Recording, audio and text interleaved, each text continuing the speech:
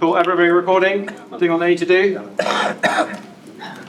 Okay, perfect. Okay, welcome everybody to the post-match press conference following the All Whites / New Zealand's 1-0 defeat against England, joined by head coach Darren Bazeley. I'll kick off my opening question and hand over to you guys.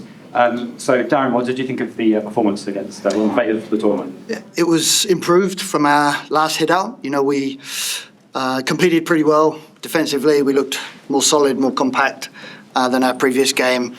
England, obviously a very good team, had some good possession, but didn't overly hurt us at times. You know, we had some moments in possession where we got into some pretty good areas first half on the counter, and for us, it was disappointing to concede the goal. It was a good little move from England and Harry just pulling off, but to concede just before half time hurt because we were pretty in the game, and we just have to be better in the moments when we get forward possession to have moments of quality where we can score goals.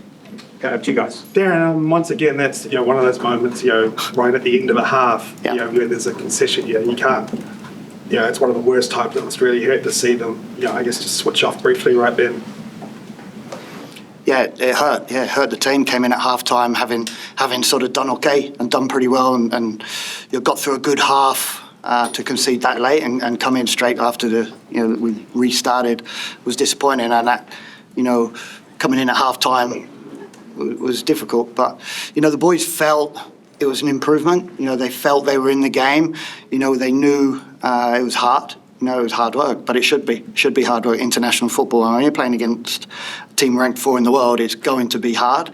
And I thought we dealt with it pretty well. And now the next step for us is can we now create chances when we're playing against teams of this level? Just in terms of Finn Surman bouncing back, I thought he bounced back pretty strong from the Haiti match, and then also Matt Garbett came into the starting and had a real strong showing. What did you see from those two? Yeah, I mean, we have got a strong squad, and we've told them there's opportunities for people to push for World Cup places. People got opportunities today, and I thought mostly did very well. Finn did bounce well. He's disappointed with the goal, where Kane just pulls off of him. But overall, he dealt defensively very well. Him and Boxy, and they defended the box really well. I thought it was a good team effort. And Garbs, we know Garbs, he adds a lot of energy. He's competitive, but that position is also competitive, and we've got players ready to take those positions if needed. Just lastly from me for now, Max Crocombe played 84 minutes in goal. Is he your World Cup goalkeeper? I thought he did well. We today, the last game, when we played Haiti, we had pre-planned substitutions, at half-time and 60 minutes, and everybody knew how long they were playing.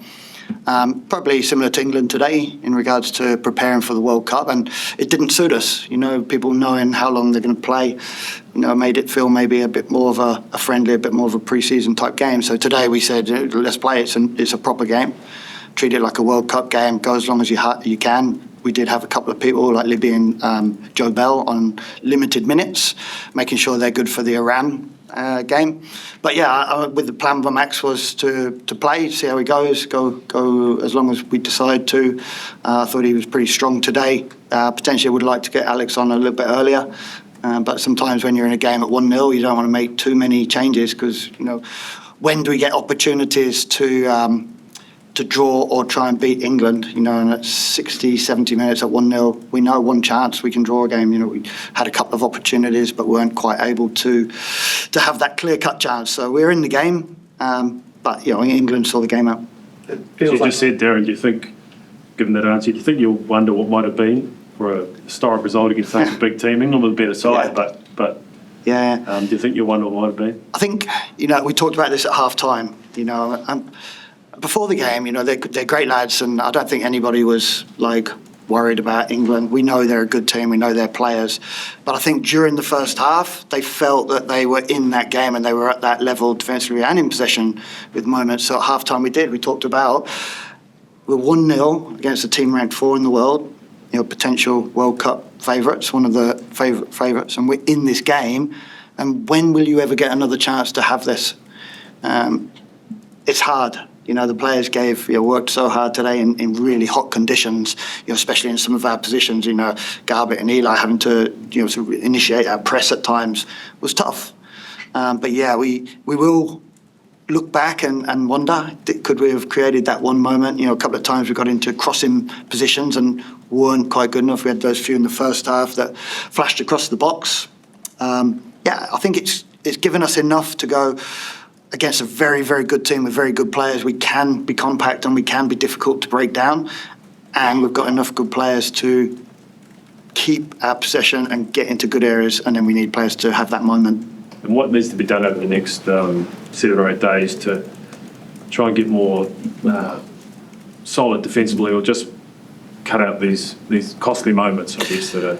Yeah, I mean, I think the boys now have worked hard for a couple of weeks, you know, played the 2 games, acclimatised pretty well. So we will now travel to San Diego tonight.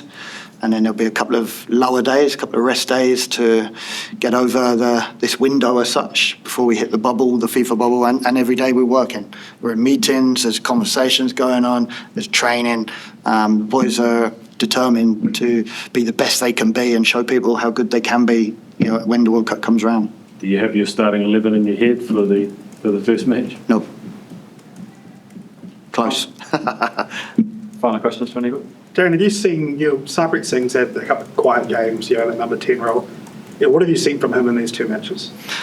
When you say quiet, I think it's a bit harsh. I think he's been excellent. You know, he keeps the ball really well. He links play really well. What we haven't seen from him is that final killer quality that we know he's got. But I think his possession and his ability to keep the ball in high areas and bring people into play, I think it's very, very good. You know, as some of the other guys are, but he's so clean with his touch. You know, we know he can live at this level, you know, because he's got quality in him, and these minutes are going to be great for him. And I think if we can get him in certain positions higher up in the pitch, you know, we know that he can create those moments where we can go and score goals. And just to go back to Max, obviously they both played 45, they're both 2 goalkeepers.